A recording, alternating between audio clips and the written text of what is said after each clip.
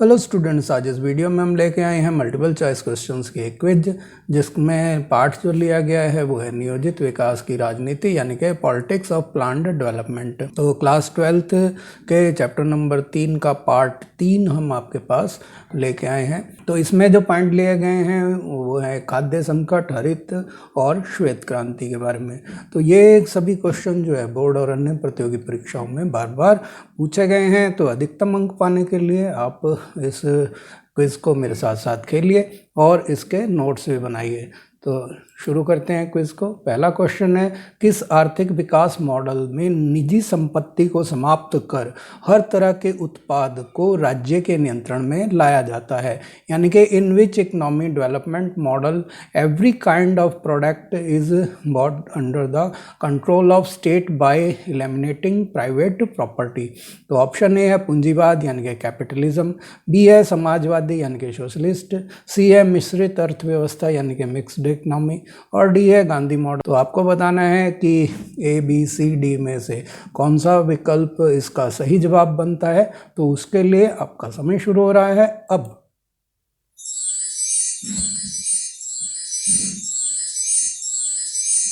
तो इसका जो सही जवाब है वो है बी, समाजवादी यानी कि सोशलिस्ट। अगले क्वेश्चन पे चलते हैं। क्वेश्चन नंबर 2 है, उक्त चित्र में यानी कि ये जो चित्र दिया हुआ है इस चित्र में व्यंग्यकार क्या दर्शाना चाह रहा है? यानी कि what is the satirist trying to show in the above picture.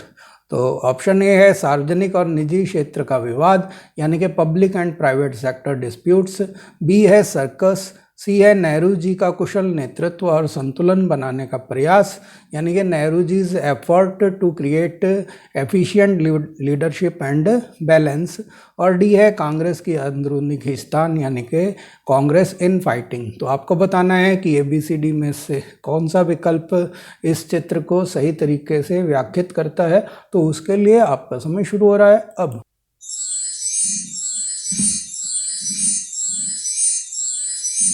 तो इसका जो सही जवाब है वो है ए, सार्वजनिक और निजी क्षेत्र का विवाद यानी कि public and private sector disputes. Question number 3 है, भारत द्वारा किस अर्थव्यवस्था को अपनाया गया यानी कि which economy policy was adopted by India. तो ऑप्शन ए है पूंजीवाद यानी कि कैपिटलिज्म, बी है समाजवादी यानी कि सोशलिस्ट, सी है मिश्रित अर्थव्यवस्था यानी कि मिक्स्ड इकोनॉमी, और डी है गांधी मॉडल यानी कि गांधीयन मॉडल। तो आपको बताना है कि ABCD में से कौन सा उत्तर सही है। तो उसके लिए आपका समय शुरू हो रहा है अब।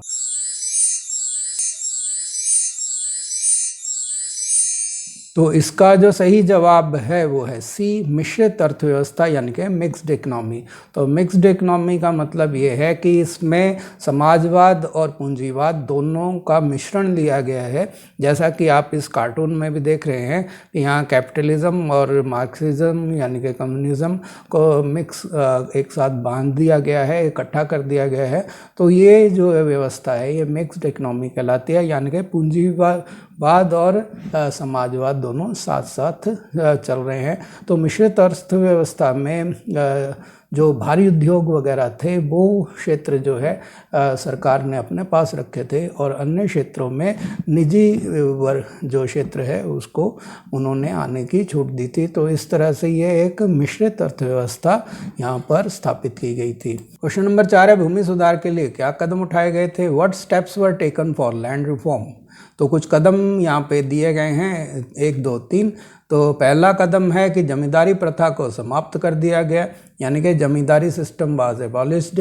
दूसरा है एक व्यक्ति के पास अधिकतम भूमि का स्वामित्व तय कर दिया गया यानी कि ownership has been fixed for maximum land ownership. और तीसरा जो है बटाई पर जमीन जोतने वाले को अधिक कानूनी सुरक्षा प्रदान की गई यानी कि more legal protection provided to land takers.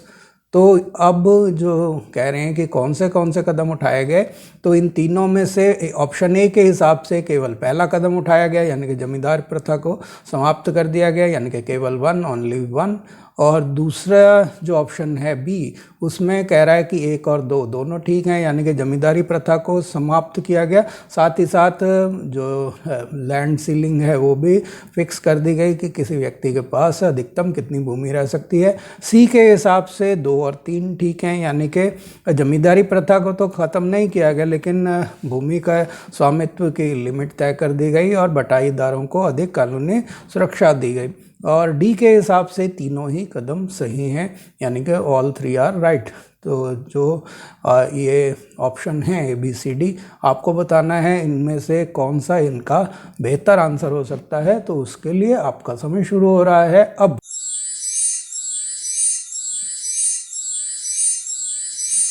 तो इसका जो सही जवाब है वो है डी, तीनों कदम जो हैं वो ये उठाए गए थे।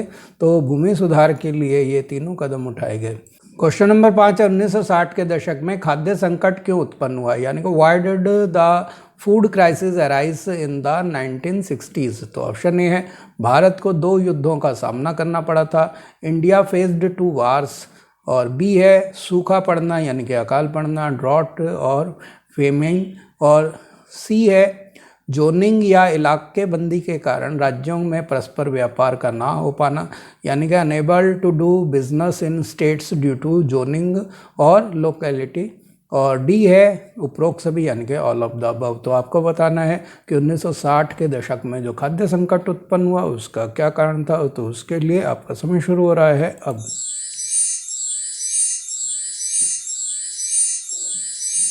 तो इसका जो सही जवाब है वो है डी, उपरोक्त सभी, यानी कि ये सभी कारण इसके जो हैं खाद्य संकट के कारण बने थे कि भारत को 1960 के दशक में 2 युद्धों का सामना करना पड़ा था, एक चाइना के साथ और दूसरा पाकिस्तान के साथ, और इसके साथ ही साथ जो है सूखा भी पड़ गया था, अकाल पड़ गया था बिहार आदि इलाकों में, और इसके अलावा जो एक राज्य दूसरे राज्य के साथ व्यापार खाद्यान्न का नहीं कर पाते थे उस समय, इस वजह से भी अन्य इलाकों में अनाज सस्ता होते हुए भी वो अकाल पीड़ित इलाकों में नहीं भेजा जा सकता था। इसी वजह से ये तीनों कारणों की वजह से 1960 के दशक में खाद्य संकट उत्पन्न हुआ था। अब अगला क्वेश्चन है क्वेश्चन नंबर 6, खाद्य उत्पादन बढ़ाने के लिए सरकार द्वारा हरित क्रांति में क्या कदम उठाए गए।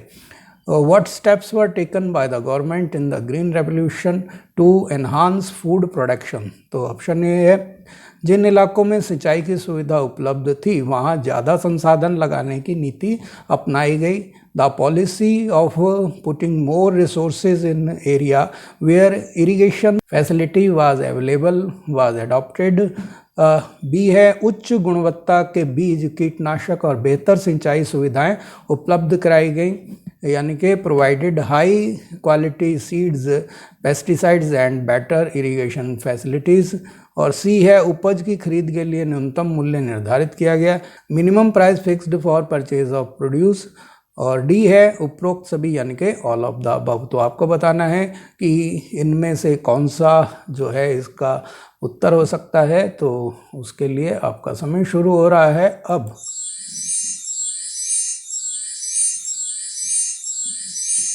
तो इसका जो सही जवाब है वो है डी, उपरोक्त सभी, यानी कि ये ए बी सी तीनों ही कारण सही हैं।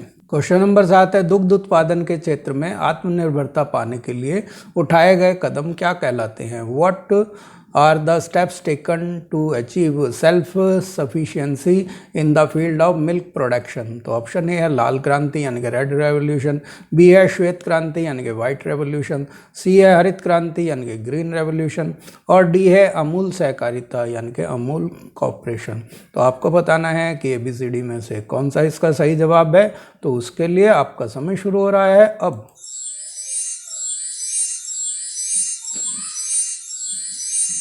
तो इसका जो सही जवाब है वो है बी, श्वेत क्रांति। तो दुग्ध उत्पादन के क्षेत्र में आत्मनिर्भरता पाने के लिए श्वेत क्रांति को अपनाया गया था। क्वेश्चन नंबर 8 है, श्वेत क्रांति के प्रणेता कौन थे, यानी कि किसके प्रेरणा से ये श्वेत क्रांति हुई।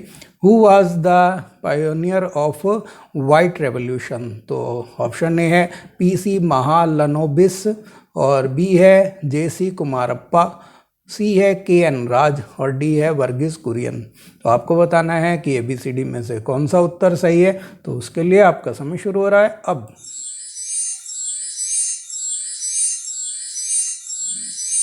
तो इसका जो सही जवाब है वो है डी वर्गीस कुरियन। तो वर्गीस कुरियन यहाँ पे आप देख रहे हैं, इनका चित्र जो दिया गया है 26 नवंबर 1921 से 9 सितंबर 2012 तक इनका जीवन काल रहा है और इन्हें फादर ऑफ वाइट रेवोल्यूशन या ग्रेट मिल्कमैन ऑफ इंडिया भी कहा जाता है। क्वेश्चन नंबर 9, 1970 में आरंभ हुए ऑपरेशन फ्लड का क्या उद्देश्य था? What was the purpose of Operation Flood starting in 1970? तो ऑप्शन ए है सहकारिता को बढ़ावा देना यानी कि प्रमोट कॉपरेशन, बी है दूध उत्पादन में आत्मनिर्भरता पाना, achieving self sufficiency in milk production, और सी है ग्रामीणों को रोजगार उपलब्ध कराना यानी कि प्रोवाइडिंग एम्प्लॉयमेंट टू विलेजर्स, और डी है उपरोक्त सभी यानी कि ऑल ऑफ द अबव। तो आपको बताना है कि ABCD में से कौन सा विकल्प इसका सही उत्तर है। तो उसके लिए आपका समय शुरू हो रहा है अब।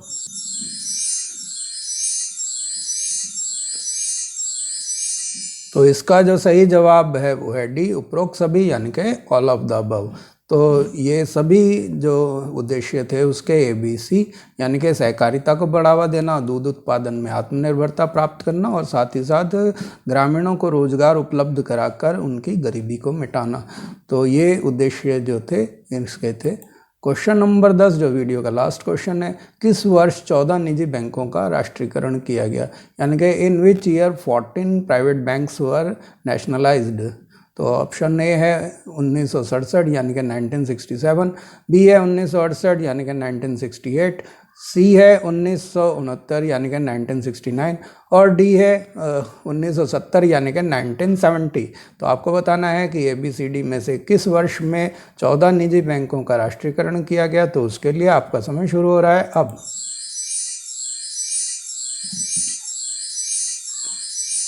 तो इसका जो सही जवाब है वो है सी 1969 यानी कि 1969। तो 1969 में इंदिरा गांधी जो उस समय भारत की प्रधानमंत्री थी, उन्होंने जो है 14 निजी बैंकों का राष्ट्रीयकरण कर दिया गया था, जो उस समय की एक बहुत बड़ी घटना थी। इसके साथ ही ये क्विज समाप्त हुई। आपने जो अपना कीमती समय दिया उसके लिए आपका धन्यवाद। अपना स्कोर कैलकुलेट करके कमेंट बॉक्स में बताइए कि आपको 10 में से कितने अंक मिले हैं। वीडियो पसंद आए तो लाइक कीजिए, और अगर आपने अभी तक मेरे चैनल को सब्सक्राइब नहीं किया है तो इसे सब्सक्राइब कर लें, और इस वीडियो के लिंक को ज़्यादा से ज़्यादा शेयर करें ताकि और लोग भी इसका लाभ उठा सकें। धन्यवाद।